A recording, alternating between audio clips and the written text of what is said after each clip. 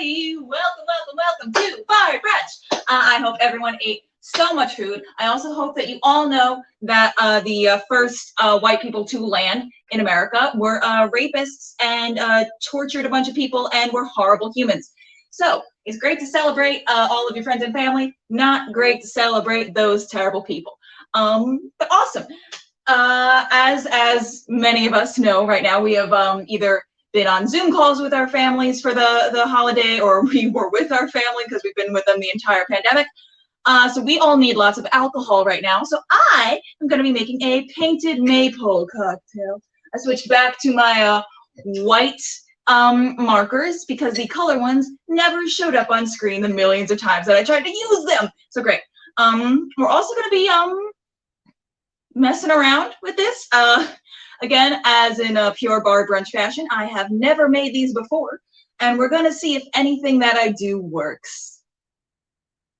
Okay, so the first thing we're going to do is use this blue Moscato. It is blue, it is Moscato, it is strawberry flavored. We saw it at the liquor store and we had to get it because we needed something blue, but also Moscato. I love Moscato. I'm going to be like one of those like soccer moms who just has like a thermos full of Moscato. We're going to put a lot in here because guess what? It's almost the end of 2020. 2020 also like both barely happened and too many things happened at the same time. So like we're just gonna splashy splash, splish splash. I will turn on my. Are they even? Are you even? I can't tell. All right. Well, one of us is gonna be getting a lot more than the other. All right. So I'm also gonna put some glitter in here. I actually don't have blue glitter. I have this blue green from Fancy Sprinkles, as per usual. Just gonna put a lot in there. The thing is, the glitter has like a tint to it, so it does change the color slightly. Let's hope not too much. And it's too much. Well, you know what we gotta do to even that out, right? You know what we gotta do to even that out, right? Obviously, what we need to do to even it out is put some more blue Moscato in here. It doesn't have to be blue, actually. I like the blue Moscato and I want to show off that it's blue. So you done messed up. All right. And that was to me, not to any of you. All right. Well, it's a color. Can I do science? Quick, somebody tell me. What color cancels out green? Anybody? Anybody know? Anybody know? Red! Red cancels out green. Color theory. Or Christmas. So if I put a little red in here, will that just make you brown, or will you actually like dull your shit a little bit?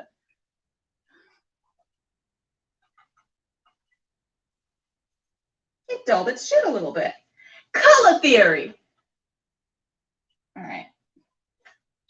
So this is just where we're at so far. Nothing particularly interesting or fun. Just right now we have some blue Moscato with too much glitter in it because I'm bad at colors. Yay. Okay. So what we're gonna do to try and make it layers of colors, and that way we don't mess anything up. What we're gonna do, yes, Freddy Krueger and Christmas. The two things that you think of. What we're gonna do is mix the other glitters and colors together in one thing and then try and make it so it's like a blend at least. So it's not just like a, but it might just be a, because you know what? Life is hard. All right. So this is just some pineapple juice. Pineapple juice light. All right. That's as much as I'm gonna put in for now. It's just pineapple juice. It's cute. It's yellow. I'm gonna make it a goldy tint with this orange, because color theory. Because I wanted all of the layers to sparkle, but I knew if I added in the glitter at the very end, it would definitely get all mixed up together. We're gonna, at least for this first pour, try and make that not happen. But after this first pour, we'll see if that's even an issue. All right. So you're pretty. pretty stupid. No, you're pretty. You're pretty. Look at that swirl. Ooh. Thanks, Fancy Sprinkles, for being fancy and sprinkles. Did you know that they're having a contest right now, by the way? Fancy Sprinkles? They're doing like a build Christmas thing. They just tag Fancy Sprinkles and do like hashtag holiday bake off by like December 3rd, and they are doing stuff. I don't know. We'll see what this does. So this right now is just mixing together. But you know what? That's fine. Because it's cute anyway, so who cares? I have decided to be nice to myself right now because we got a kind of late start too, so I'm thoroughly freaking out. But yeah, all right. Just to show off the glitters. Let's just do this to show off the glitters because who cares? I'm also just gonna put some maraschino cherry juice in there. Some maraschino cherry juice. Because we like juice. It's basically grenadine that you make yourself. And then just for fun, I know it's all gonna mix together, but it's fine. We're just gonna add some of that red glitter in there. I'm gonna move you away from the oven. And then we're gonna mix. We are gonna mix. We're gonna mix it, mix it. We're gonna mix it, mix it. I know one of the easier ways to layer a cocktail is to have a shit ton of ice in there so it doesn't like seep in. Thing is, we are a reusable ice household, so it's big colorful blocks that won't really help anything. But while we're here, just look at how pretty that is. Just like absorb the beauty. All right, I'm gonna dump you the fuck in.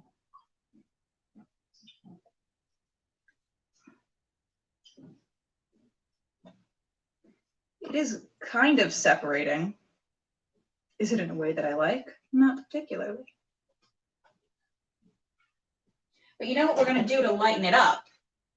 More pineapple juice. So that way, at the very least, it's like a lighter color and not like this mud that we have right here.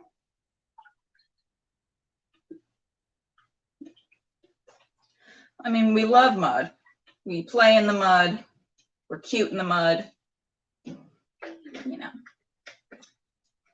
Thanks, Ricky, for making me feel a little better about how this is not going. What I honestly could have just done is made this for Halloween. One thing that they always do on the Fancy Sprinkles thing is they like swirl it and then they let you see the swirl. Yeah, this is a goth girl drink. We are renaming this one Hot Topic. Taste it. Yes, that Moscato. All right. So I made two because my other interviewer is going to be Chris today. Yay for Chris! A lot of you know Chris from her behind the scenes on Bar Brunch action.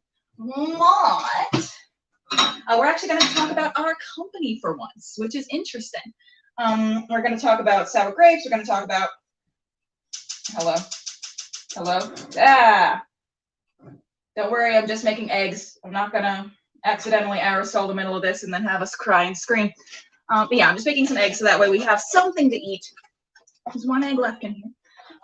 We have something to eat and we aren't just fucking loaded by the end of it. If you want to watch me fucking loaded, please watch the end of the I'm Your Hamlet Reads Hamlet, which was on November 12th. Yeah, we're just going to be talking about our company, the things that we're doing for our company, blah, blah, blah, blah. Our Giving Tuesday fundraiser. We're going to be talking about a lot of stuff. Huh? Hot Topic! Yes. Can Hot Topic please just do a campaign where they sing Hot Topic as if they are singing the Hot Pockets theme song? Because I feel like Hot Pockets would also be on board, and then they could do some weird branding thing where they make a bunch of purses that look like Hot Pockets, because if you've looked at the Hot Topic online store recently, you know that that's something that they would probably do. All right, I'm just gonna let you cook. I'm just gonna make a couple eggs for us both, so that way we aren't dying. You can't see. Hot Topic pockets. Yes. See, you put the Hot Pocket in your pocket and then it's hot. And then when people are like, why did you get 3rd-degree burns on your pocket? It's going to become a hot topic of conversation because you put a fucking Hot Pocket in your shirt. I'm going to taste this just like as is because we never tasted this before we tried it. We just like found it and we're like, this is what we use now. Dang. Back at it again with the white pants. I'm gonna put some stuff away as I'm waiting for this glitter to cook. But yeah. Right now we have a lot of things, a lot of irons in the fire. I was gonna say pots in the iron, and that was not real. It is now. We have a lot of pots in the iron. But yeah, we have a lot of irons in the fire right now, just things that we're doing, things that we're getting going, and we also want to talk a little bit about Giving Tuesday fundraiser, which is gonna help pay for all that shit. Can I get a suggestion from the audience? Pineapple? Why, thank you. No. The improv chops. Listen, I'm one of those people that even though I do improv all the time, I teach improv. I run an improv show when the world is open, and I'm still right now. It's taking me forever to try and figure out how we're gonna do that show in these current trying times. Because let me tell you, we did a lot of like improvised fight choreography and stuff. It was. I'm gonna flip you. I'm gonna flip you. Do your job. Yes. Oh no, a splatter? But not on me. A splatter, but on everything but me. Hooray! I finally learned the secret. It's that you just panic right before a show. And then, by the way, that was my hair, and that's the one that I'm gonna be eating, but it was on the plate. It wasn't in the eggs, so no cross-contamination there. All right, I'm gonna make a second one, because Chris is gonna be eating with me for once. Hooray! Chris, do you see your fork over by your computer, even though you're joining me on the other side? Yeah! All right. We also had a lot to figure out. I'm like, do we bring her in as if she's a normal guest, or does she bring the computer over to the thing? What are we gonna do? We're probably not actually gonna bring the computer over to the thing because this whole thing is running on my phone. What? I can't. You can say words. They know you're here. That's true. Also, my devices might have gotten disconnected, so we'll see. We'll see what we do. So I thought maybe it'd be better sitting there with you. Great. Awesome. Right? Chris's devices got disconnected, so she can't do shit anyway right now. So we're going to do this all off the phone. It's going to be that awkward thing because the camera is right by the settings, so you're going to see my finger real big. But, yeah. I can try to reset. Do we have the energy or time for that, though? No, we don't. We have neither the energy nor the time. We just want our drinks and eggs. We just want our drinks and eggs. We just want our drinks and eggs.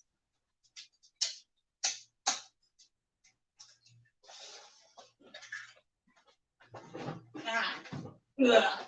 So pretty when I bend over. I'm not.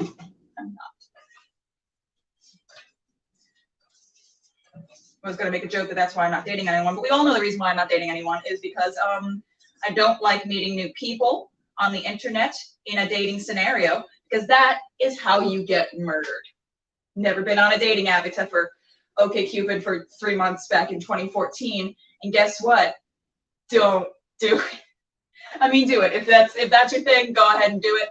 I just personally would rather not get murdered, and I'm not going to risk it. And based off of the content I get from just having an Instagram, not really into meeting a bunch of new people online anyway, in any scenario where they're supposed to talk to me in a date type scenario, you know? But yeah, if that's for you, that's for you, and I'm just also overly paranoid. Heard good things about Bumble, but I've also seen some screenshots of horror from Bumble, so, you know. When did this get into me dating? I'm making eggs right now. It's been a whole day already. As y'all know, I wake up at 9 o'clock every day. I am murder intolerant, unfortunately. I know it's a big bias of mine, but it's something I should probably work on, something that I should maybe get some therapy for, but I just, super, super intolerant to those murderers and the concept of being murdered. I know, it's weird. I'm trying to make you a little omelet. Also, our oven, our new stove oven combo gets so hot. How hot does it get? It gets so hot that we don't have to preheat the oven at all. It's just, that's like not a thing that we do anymore. But the stove also gets like so hot that I had to turn it down to put more eggs on, or else I'd surely die. All right. I just want to flip you over in like a nice way. Can you let me do that? Can you let me flip you over in a nice way? I just want to flip my whole legs over, but in a nice and pretty way. Sorry. I'm gonna make damn sure. Seems like they're stuck to our no-stick pan. The nerve. All right. Oh, they're definitely stuck to our no-stick pan. Okay. Just kidding, Chris. These will be mine. The ugly ones. The pretty ones I'll use for a photo, though, because you know me. But the ugly ones will be the ones that I eat. I'm gonna turn you off because my God, it's hot in here. We also don't put the AC on during the show because it's real hard to like hear ourselves when we have guests on. Hear our guests. Hear our guests. Hear our guests. I can never hear our guests because the sound from the phony is drowned out by the air conditioning. Our no-stick pan. I broke our no-stick pan. All right, so back to what we actually were here for. This, hey babe, this is what you came for, kind of. It's cute, it's pretty. Anyway, we are gonna throw up a little video for those who missed. Yes, a musical break. A musical break. We are gonna throw up a little video of the I'm Your Hamlet reads Hamlet. In case any of y'all missed it and you need extra proof as to why we're super funny and you should donate money to our nonprofit, enjoy. Let not thy mother lose her prayers, Hamlet. I pray thee stay with us. Go not to Wittenberg. I shall, in all my best, obey you, madam. Hey, Wyatt? What? Hey, I have an idea. you have, I'm sorry, what's happened?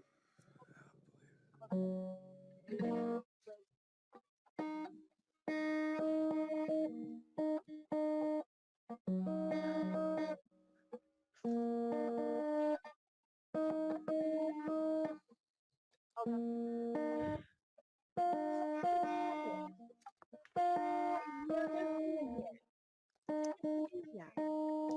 Enough. Don't even. Why, 'tis a loving and fair reply. To be ourselves as You Denmark, need a guitar for not that. a... I lost where we are. Enter Polonius. Enter Polonius, great. Scene. Hey! Well, be with you, gentlemen, right where I left you. Oh, hark you, Guildenstern, and you too, at each ear a hearer. That great baby you see there is not yet...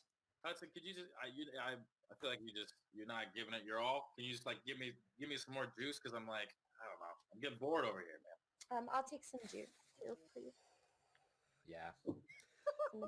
Hark you, Guildenstern, and you too, at each ear a hearer. That great baby you see there is not yet out I'm out here doing the of Polonius. his swaddling pots.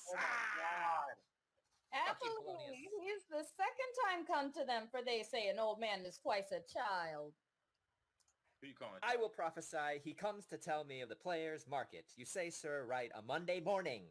'Twas then indeed.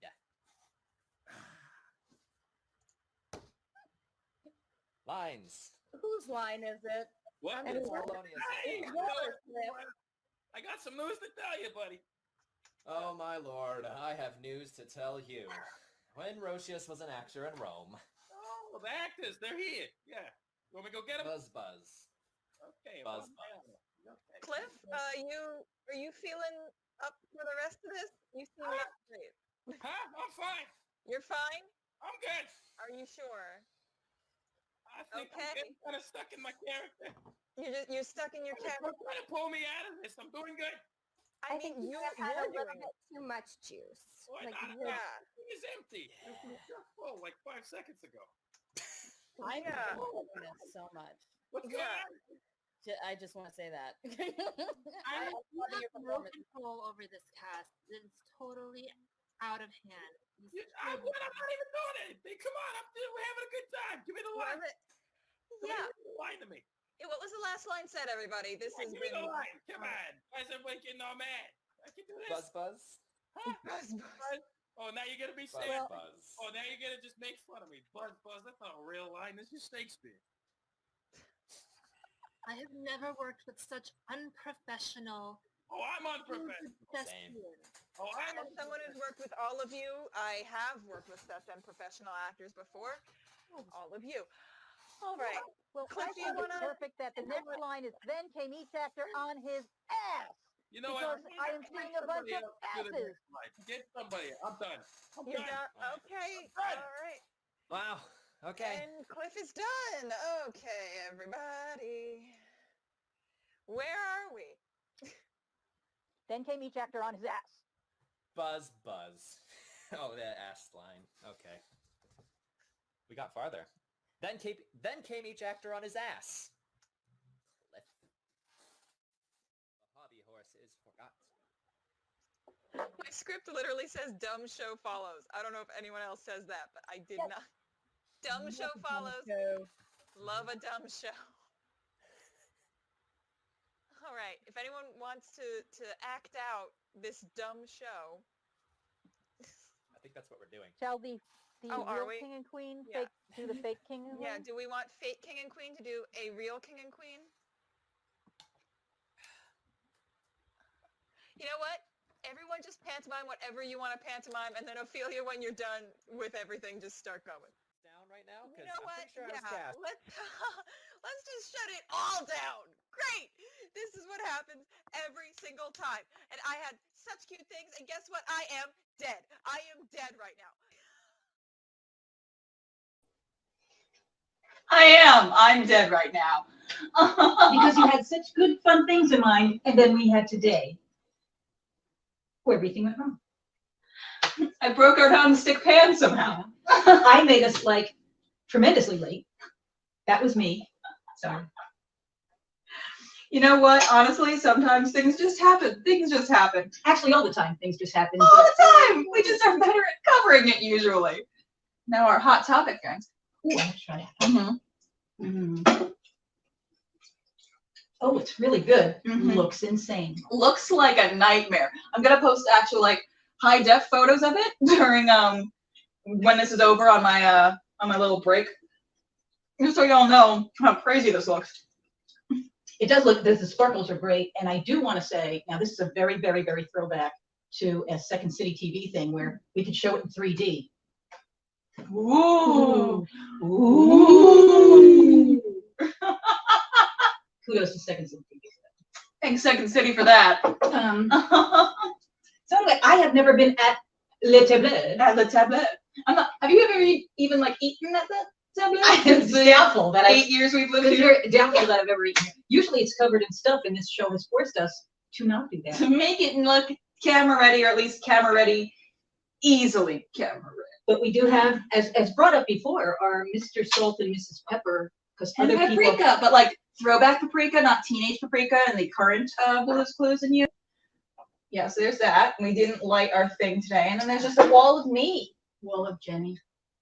But yeah, anyway, let's get to what we're here for. get to what we're here for. Also, Chris brought her laptop over To try and do things. to try and Because I handle the text so well when I'm only doing that. So it's going to be really good now. yeah, yeah. But yes, let's get to the business at hand. Get to the business at hand. Also, yes, the first time some of you are hearing Chris not in character. True. Are you ever not in character, or like you always just have some?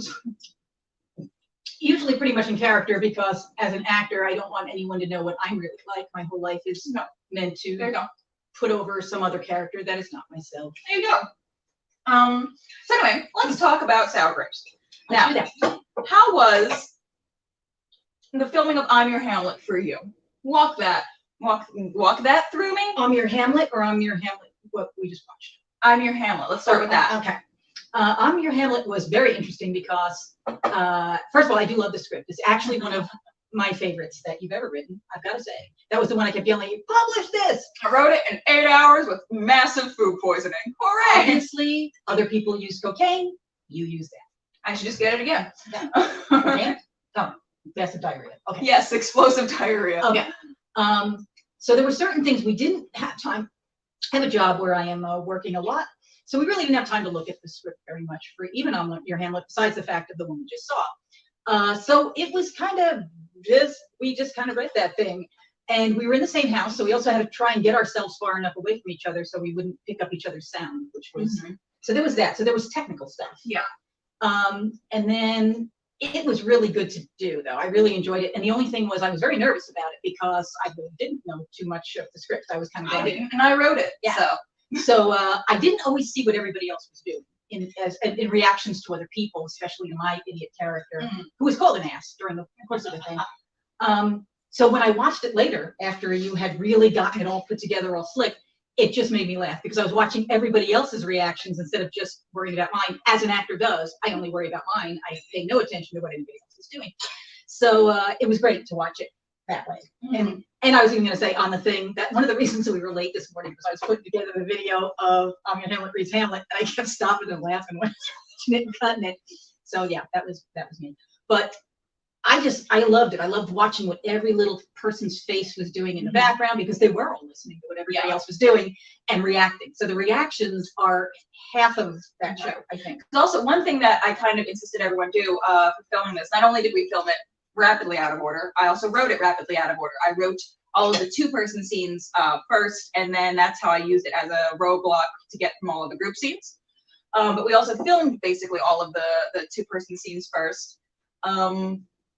But it was one of those things where whenever I'm filming something on Zoom or I want to edit something on Zoom, I always tell the actors that they need to spotlight their video. They need to like pin and spotlight themselves. It's going to make it harder for them to see everybody else, but they also react a lot more throughout the entire piece, which makes it not only easier to have any of the cuts to other people's reactions while people are doing stuff, but also in the big group scenes, since what they're seeing is just their face, they realize that like you can see each other. I don't know how many times I've seen on like Zoom readings and stuff, people just like waiting for their time to go.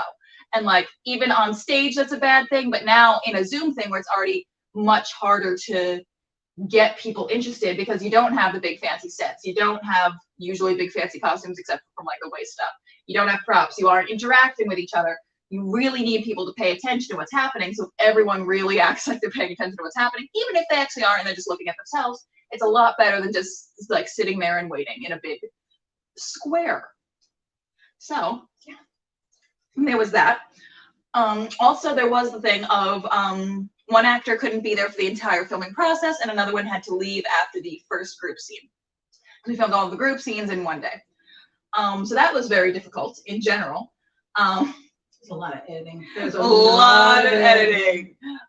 Because the one we knew about, we had a screen ready that we basically just put up and filmed nothing. So that way when we filmed his parts later, we could just superimpose it into that square and be fine. But the other one we didn't know about, so it was just kind of like, if you notice partway through, I think the second scene, the entire layout changes. And that is because we didn't have that person there and I had to edit them in at the very bottom. But she also sent over some phenomenal footage of just her, so really I wasn't worried at all. I was going to say, actually, I think the core problem with the editing was you didn't have explosive diarrhea, or you would have made it through it in like 8 hours. True. Oh my god, I didn't have explosive diarrhea, so it took me 48 hours to edit instead of just the regular 8. It took me to write it. You're not going according to your plan. Wasn't. I should have just had some undercooked gnocchi again, and then I would have been fine and good to go. This is so dangerously good. Is it good? Because I'm drinking it too fast. Are you telling me I'm drinking it too fast? No, I am. And I ate my eggs too fast. So now it's like a weird, not balanced balance in myself. So yeah, this was written for the 2020 So Many Shakespeare's Festival. A live festival. A live fest. Well, I mean, in person. Yeah. Well, the original thing. Yeah. All right, sorry. Go on. The original show was not supposed to be this at all. Right. It was supposed to be the story of the first ever community theater production of Hamlet during Shakespeare's time. There's going to be an all-female cast playing an all-male cast. There's going to be lots of costumes, lots of special effects, all of that stuff. And then the pandemic hit. We just kept like waiting it out and waiting it out and waiting it out, hoping that people would put on masks and stuff like that so we could go back in the theater, do stuff. I don't know. And it was so technically convoluted, both figuratively and literally, the concept of technically, that I couldn't adapt it into a Zoom show that I liked. Because so much of it relied on a lot of special effects, like the ghost and stuff. We were going to have like actual productions and stuff, and it wound up just being too complicated. So I wound up rewriting the entire thing. I wrote it for actors that I've used before, based on other actors that I'll never use again. So my whole directorial career is in there. But the actors that I used are all phenomenal people. We did not rehearse at all. They all just read it on the day that it was supposed to be done. And they're all spectacular actors anyway, so like obviously they were going to be good, but I just really want to like make it known that these are like my best people that I consistently use and make work for me all the time. And considering all that, this play made it into a festival. Yeah, so the festival, the first festival that I was in was pure nepotism because I curate the festival. I started the festival, it's me. So obviously I'm gonna have a show in it. But I submitted it to the 2020 Hartford Fringe Festival. It got in. We were very surprised about that. I had to re-edit the commercial segment to not just be all stuff about the So Many Shakespeare's Festival. But then it also somehow managed to win one of the top 3 Best of the Fest, which was very surprising to me. We were both just like so thinking that we weren't going to win. We were like, let's not go to the virtual awards ceremony. We never win. We're not going to win. It's fine. It's whatever. And then we did. And we found out from someone tagging us in a comment about it. So that was a whole we felt so dumb. But see, it's like having an umbrella. Mm-hmm. If we had gone, we would have come in last. Yes. But since we weren't, we would have forgotten we were in the festival. So it worked out in that.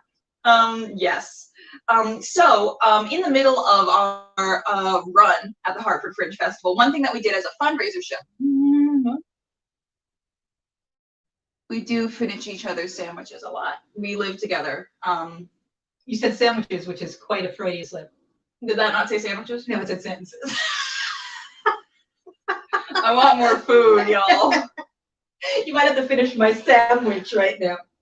No, it says sandwiches. Does it say sandwiches? It says sandwiches. Oh, well, now I We need to get you new contacts. What is this? Oh, yeah. And also, this is another.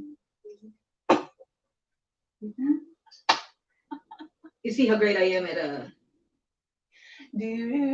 montage of the comments that we're getting. This one is awesome.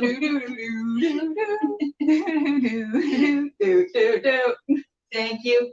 And thank you, because you always look out for us. Yeah. Awesome. Yeah, thank you. Thank you. We appreciate you. I'm drunk. She's drunk. I'm not yet. I have to catch up. Oh no. So I will ask you a question. What a twist! What was it besides just running that whole thing and writing that whole thing and directing that whole thing and editing that whole thing? What was, tell me your experience besides all that? Like, oh my were God. You surprised? Were you terrified? Were you calm by then because we were drinking? What was going on? For the regular I'm Your Hamlet? Yeah. So that, because I was like, I wrote it, directed it, was editing it. I had 0 time to work on my character whatsoever. Even the ukulele part was filmed after everything else was done. Because I, A, didn't want to waste time, and B, I wanted the sound quality to be better. But I also had to learn that song as I was recording it, because I had never played the ukulele before. Well, I had once for a thing for Frigid New York for a join our Patreon video. And I had fully made up that song on the spot, so I didn't actually know how to play a real song, so that was interesting. But yeah, I had no time to go over my lines, even though I'd written them, but I barely knew what I was saying. I had no time to really do anything, so it was just all pure real emotions from the past that I was tapping into. Method. Sorry, no, it was a super chill, super fun, easy process.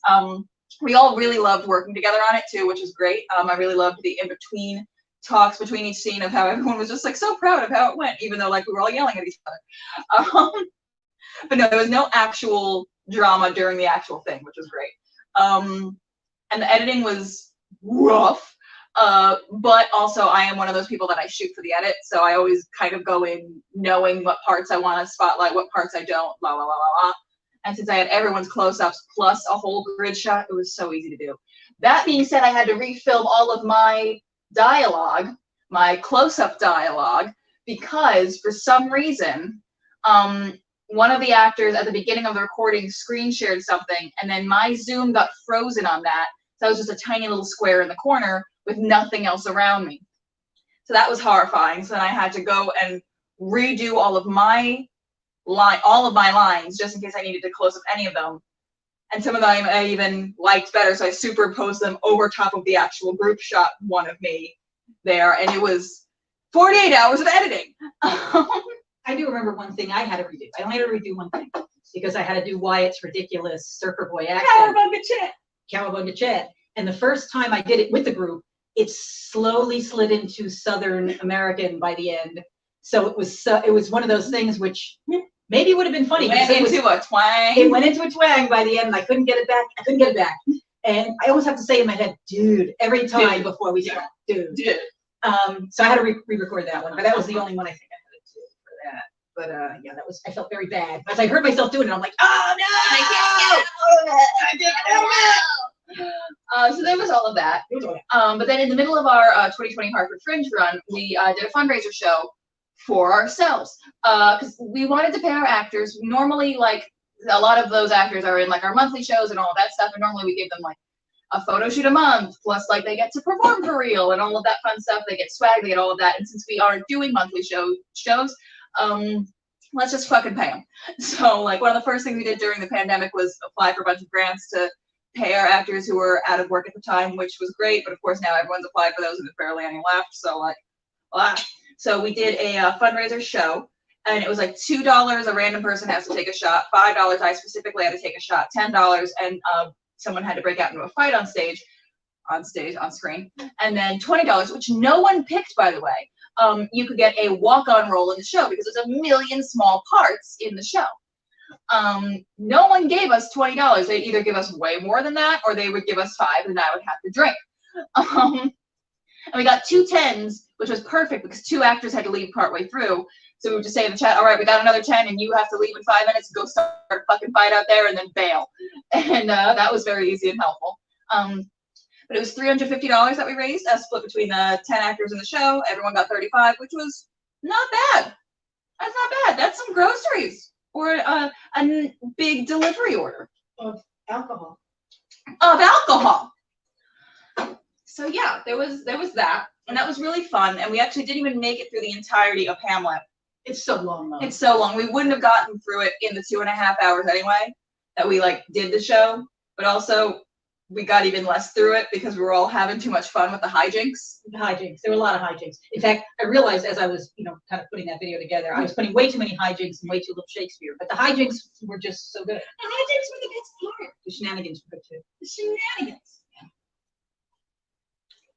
There was that. Well, this is even sparklier in the sunlight, but I've drank so much of it that I can't take another photo of it. I try and make like pretty photos for the Instagram because let me tell you, the videos of me making the food nobody cares about, but the photos of the pretty food everyone fucking loves. So that's how I have to promote this show now. So I believe there were two topics that we were going to discuss. Shall I take it or shall Do you know them?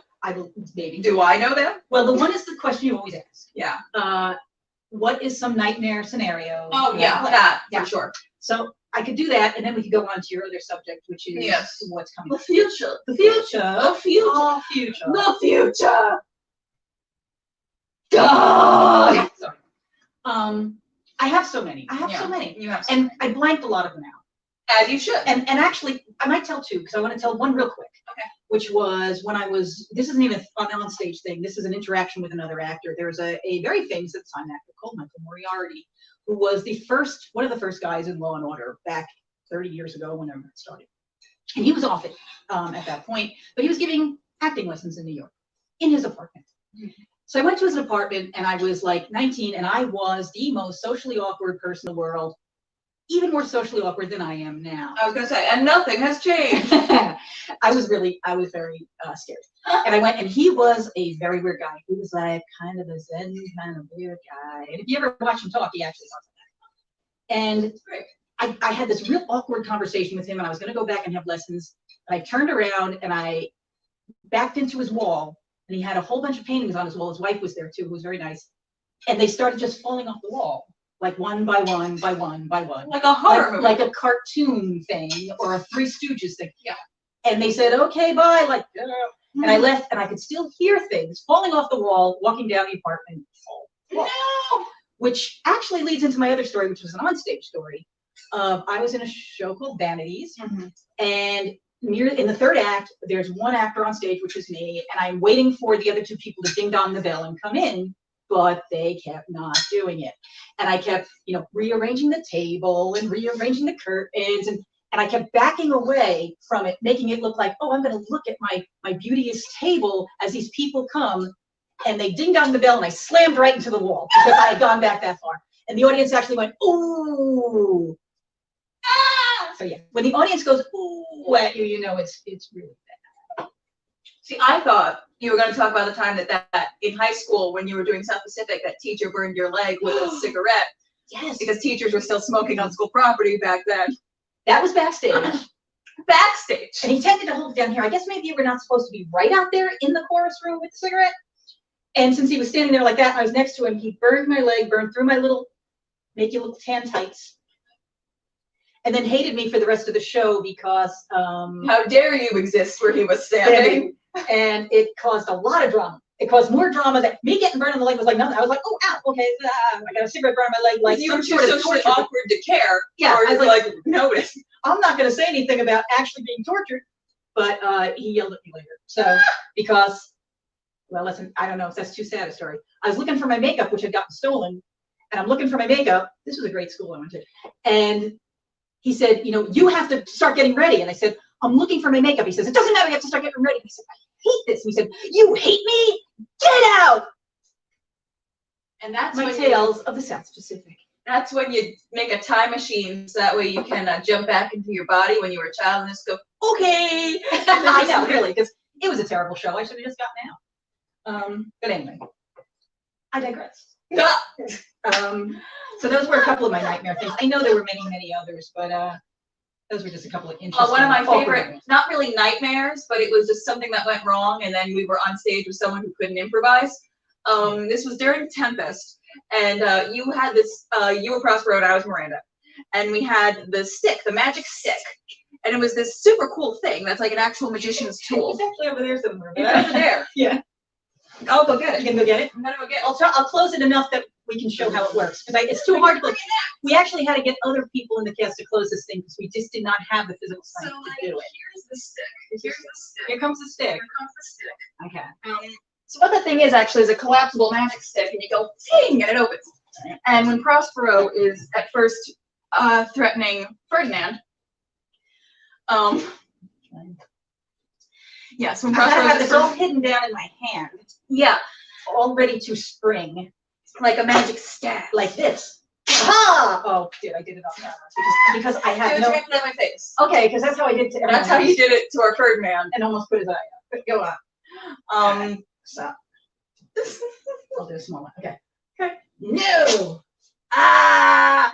But that would do well. But like that's how it was supposed to look on the thing. It's like nah, blah, blah. Ha! From my hand. Boom. You did put a little too much oomph in it that night. It shot out of your hand and went across the stage. Went right past his face like this. Which would have been great if he had reacted properly instead of just. And I was like, no. I was also directing that, and I was supposed to be standing in between you two, but like behind to try and prevent it. And he just goes.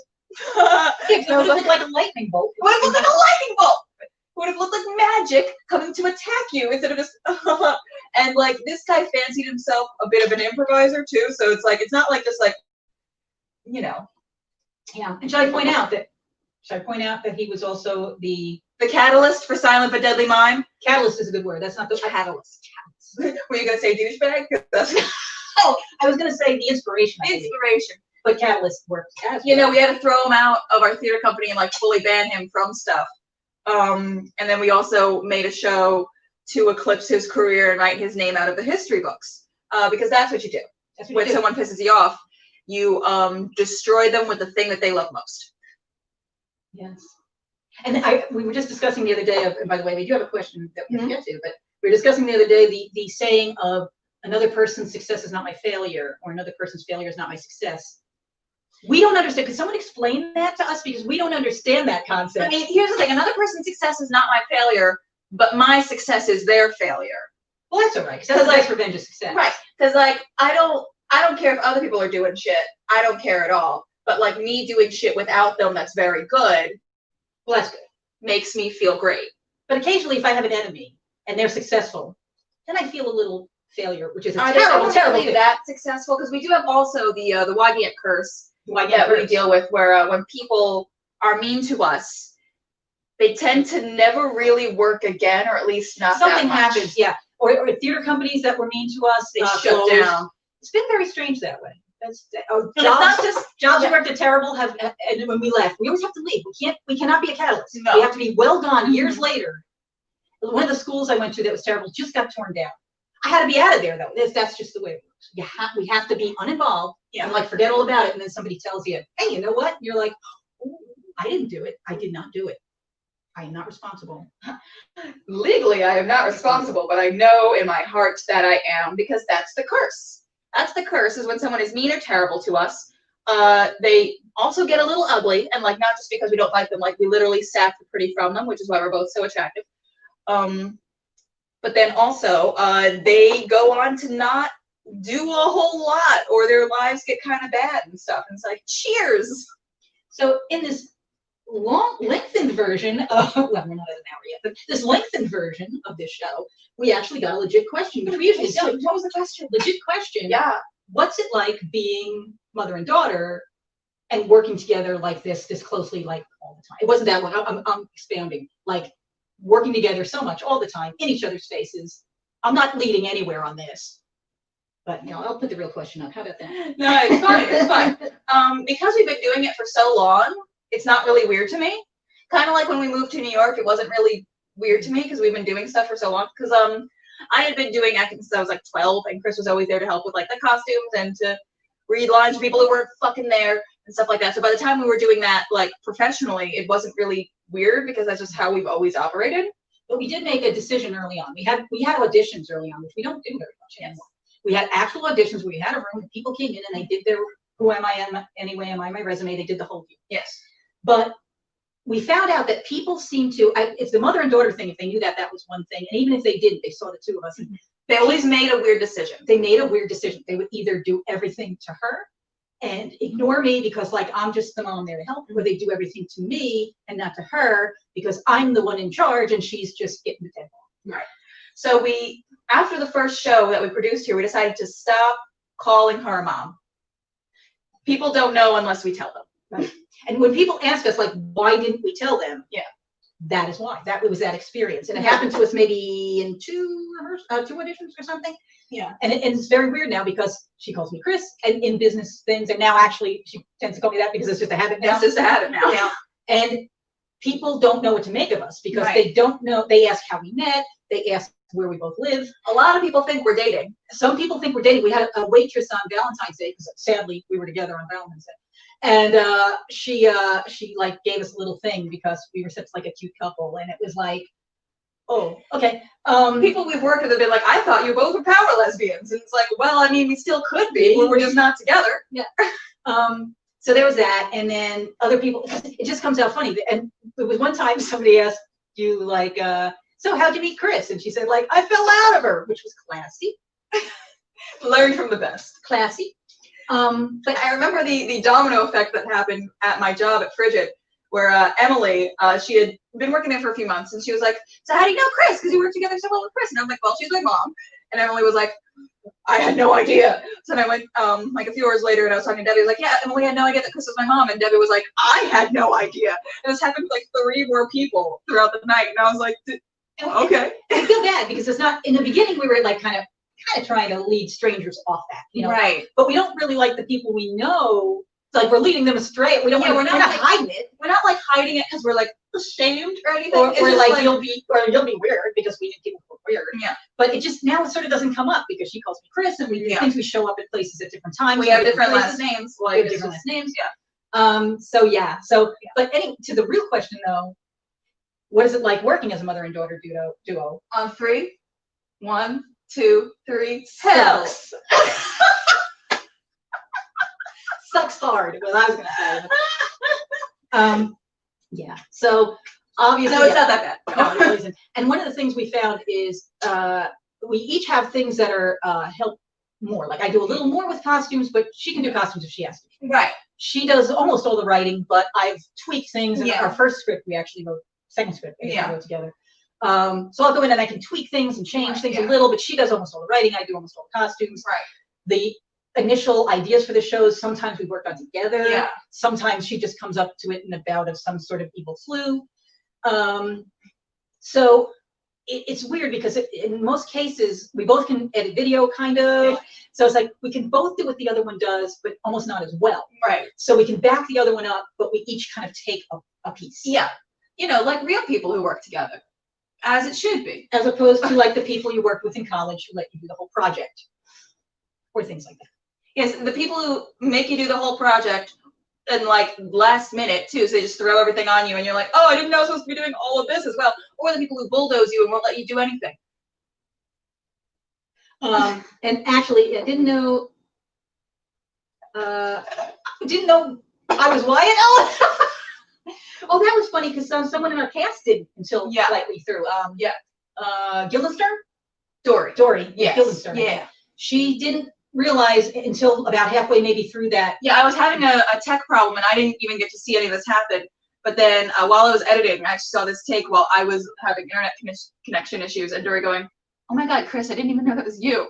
And I was like, yes, Peter did good. Because I do worry about that. We had to do that in an earlier show. We actually had Harvey in I Love My Wife, is a guy who plays the upright bass. Yeah. And we couldn't find an older guy. Well, he didn't have to be an older guy who played the upright bass. And I didn't either, but I figured it out for the show. Because you had played it enough in high school that it was kind of there. Played by ear a little bit. And so that's why we had it. But I was very worried during that I would be like looking like the girl in disguise as Harvey. What's going to be the twist for that? Yeah. I didn't want the audience to think it was something. I was just Harvey, you know? Yeah. So it's good to know that people get a little more confused by it because I never want it to be somebody thinks it means something and it really doesn't. It just is what it is. It is what it is. Just that character had to be a guy for whatever reason. Yeah. So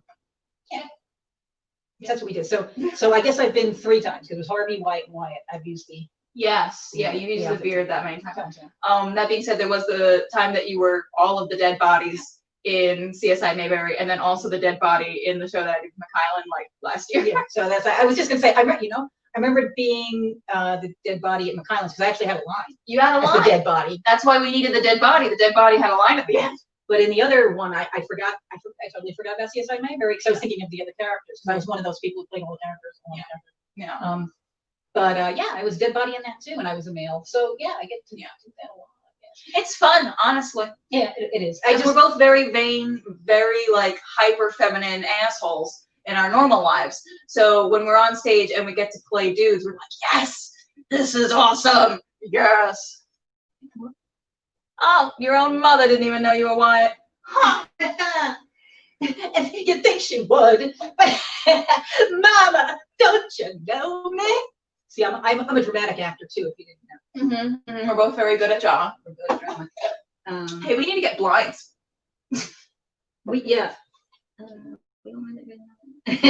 Yeah, we did all meet that crazy super named Chris. Oh yeah, and we are getting blinds. Blinds are coming in a few days because we are Look both, at my hair and like and it's I'm like reflective. My hand is so pale I can use it as one of those reflector things in photography.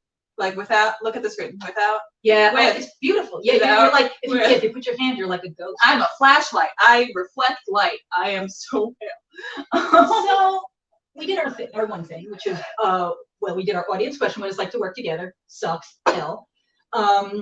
We talked about my mishaps. Yes, yeah. And some other things. But so our final thing, I believe we're supposed to talk about a little bit about Giving Tuesday or something. Yeah. Giving Tuesday is coming up, December 1st, actually.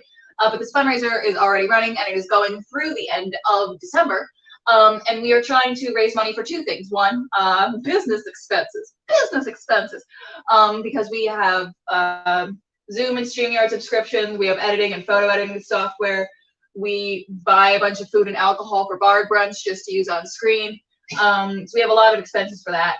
And then also we want to give money to our actors. There are, including us, 14 current company members, excluding us 12. We want to get those 12 actors some money, at least $150 each as a thank you for putting up with us bribery payment.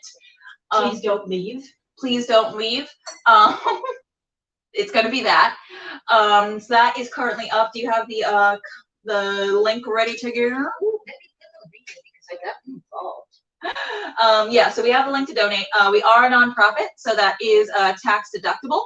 And when you donate through Facebook, they don't take out any fees, which is really useful and helpful. I know a lot of people hate donating through Facebook, but things like Indiegogo and stuff like that, they take out fees or they make you pay extra fees. They don't take out any fees at all. So what we make in this fundraiser is directly what we get. Plus, it also becomes like a social thing, because like all of your friends and family see that you donated or shared. If you don't have the money to donate, that's totally fine. We understand we are in a pandemic, but if you just share it, that's totally fine. Because in January, my birthday is on a Friday, so what we're going to do Friday, we are going to premiere the sequel to I'm Your Hamlet, a Midsummer Night stream, which I still need to write. It's all up here. It's all up here. It genuinely is. I know the entire plot. Have I written any of it? The children. That was a Star Trek reference. Star Trek. Sorry. Old Star Trek reference. But no, I just I haven't written any of it down, but I know exactly what I need time to write down, but I haven't had the time because like November I had my first ever solo show, which was also a lot. And then Thanksgiving happened, and then there was also I'm Your Hamlet reads Hamlet on the 12th, and there's a lot happening. So I need time to actually do that. December's gonna be rough though, because we have our Elfin Christmas show, which is going to be a cooking show with a bunch of guests, and also our Festivus show. So Festivus for the rest of us. If anyone would like to talk more about Festivus, please reach out to me. It's going to be a bunch of guests in a variety show type format. For Festivus, you do an airing on grievances, you do feats of strength, and you have Festivus miracles.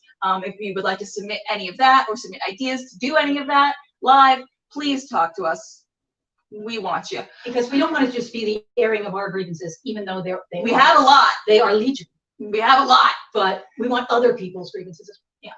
And even if they're about us, because that would be hilarious. Yeah. Two questions. Yeah. Did I do the link correctly? Is that the one you wanted?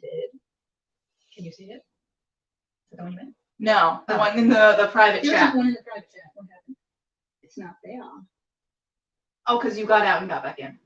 Okay. Is it somewhere? That one will take you there, just okay. an extra couple of clicks. Oh, got it. Okay. My link tree.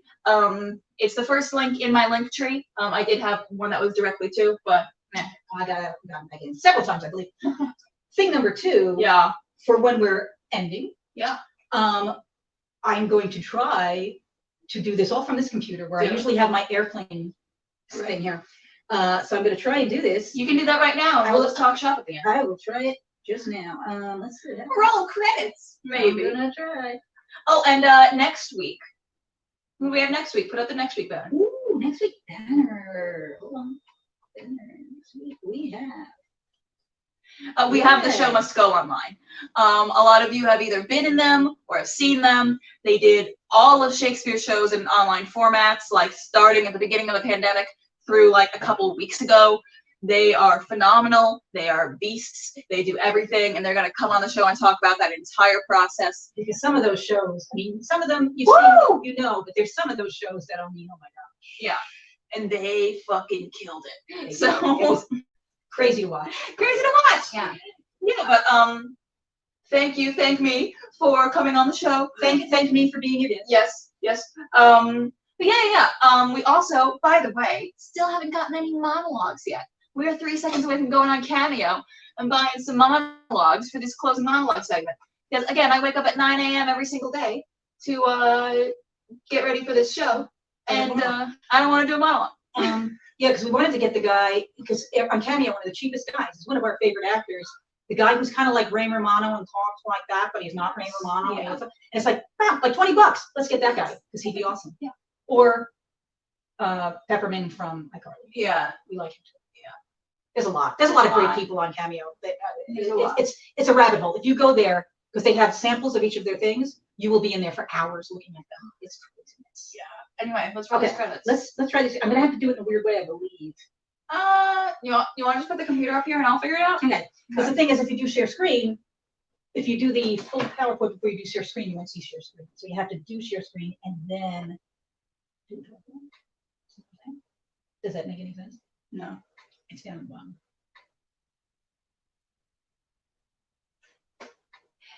Tech. Hate it. Hey, guess what? Can we just do the share the screen and not have us anymore? We can do that. We can. Let me try that. Yeah. Let's see if that works. And we'll just keep I talking. was just gonna say, thank you to Blue Moscato for the Moscato. Thank you to Fancy Sprinkles for the edible glitter. Thank you to you for watching. Please email sourgrapes.nyc@gmail.com for the recipe, or if you want to be featured as an interviewee, or do a monologue. I am wasted right now. It's not. It's not. So it's fine. Why? It's fine. Because guess what? I already went through everything. You thanked everyone. I thanked everyone. Bye.